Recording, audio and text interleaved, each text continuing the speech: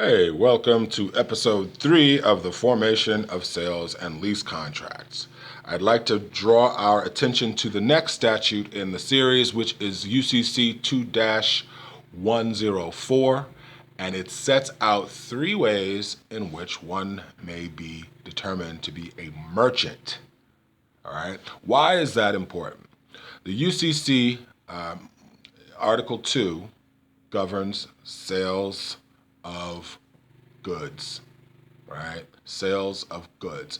And it covers sales of goods generally in all, basically all situations, right?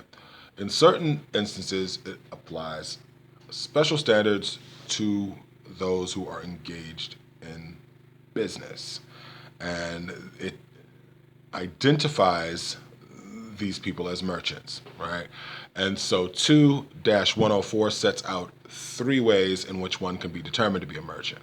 All right, first, one, the person deals in goods of the kind involved in the contract. So if they are merchants of goods of the kind, right, then the UCC definition of a merchant applies. So retailer, wholesaler, manufacturer are merchants of goods that are sold in those particular business.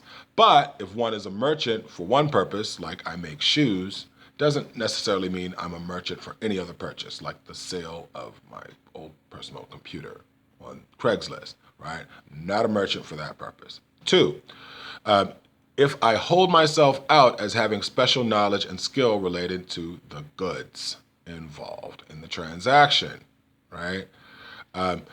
Banks can be merchants, right? Universities can be merchants, right? It doesn't have to be, right?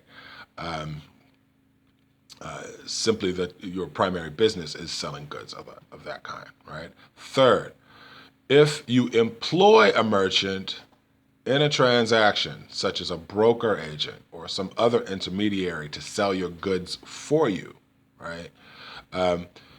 Then you have the status of a merchant in that transaction. So let's say I have 5,000 old comic books in my mother's basement.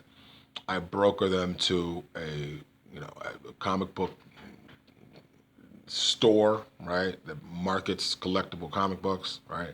Any transactions that occur off of those valuable collectibles then become subject to any conditions that are attached to merchant transactions because I've become a merchant, even though that's not my primary thing, right? So a person who employs a merchant or broker, or a merchant as a broker agent or other intermediary takes on the status of that merchant, all right?